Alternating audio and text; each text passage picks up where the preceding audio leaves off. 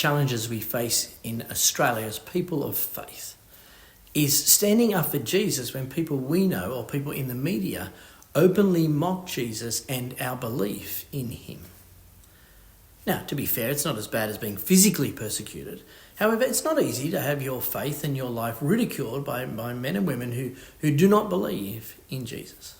And there is a temptation when this happens to retreat into your shell or to pretend you don't hear them or even to partially agree with the person in order to, dampen the atmosphere of disagreement.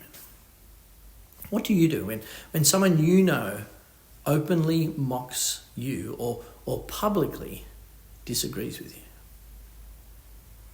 Now, Monday, we thought about the person who was pierced so that the people of God could be saved, and yet the realization that the people themselves were responsible for his death. And that then led to a day of mourning. On Wednesday, we saw how God removed the idols and false prophets from his land and how this brought a day of cleansing. Today, we'll think about another day, a third day, which is a day of refinement or a day of purification. Zechariah 13, verse 7. Awake, sword, against my shepherd, against the man who is close to me, declares the Lord Almighty. Strike the shepherd, and the sheep will be scattered, and I will turn my hand against the little ones. Now, notice that it's the Lord's shepherd, the one who's close to him, the one that we've been reading about for the last couple of chapters, perhaps even the one who rode into Jerusalem on the donkey, who is struck down with the sword. The Lord's shepherd is the one who is pierced with the sword. Now, it's interesting that Jesus quotes this scripture when he alerts the apostles to their falling away and alerts the apostle Peter to his denial or his kind of upcoming denial of Jesus. Matthew 26, verse 31, then Jesus told them, this very night you will all fall away on account of me, for it is written, I will strike the shepherd and the sheep of the flock will be scattered. But after I have risen, I will go ahead of you into Galilee. Peter replied, even if all fall away on account of you, I never will.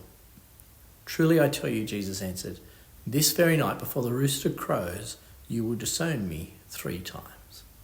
Now, Jesus is informing the apostles of some hard truths, and yet at the same time, he's clearly telling them that he is the shepherd Zechariah spoke about.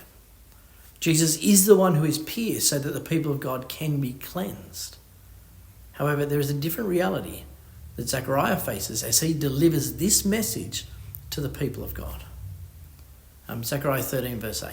In the whole land, declares the Lord, 2/3 will be struck down and perish, yet 1/3 will be left in it. This third I will put into the fire. I will refine them like silver and test them like gold. They will call on my name and I will answer them. I will say, they are my people, and they will say, the Lord is our God. Now, the message of Zechariah is that only 1/3 of the people will survive the fire. Only 1/3 of the people of God will be saved. Now, the scriptures describe this group as the remnant of God. That is, those who truly belong to God, and they will be refined through the fire. They will be saved through judgment. Now, friends, we are men, women, and children who have been saved through the judgment of God, the judgment that God placed on Jesus. And Jesus is the one who was pierced, and through his death, which we are partly responsible for, we are refined through fire. And so with that in mind, take a couple of minutes to consider how you live in response to Jesus' death. And then pray and ask God to help you to continue to look to Jesus as the one who was pierced on your behalf.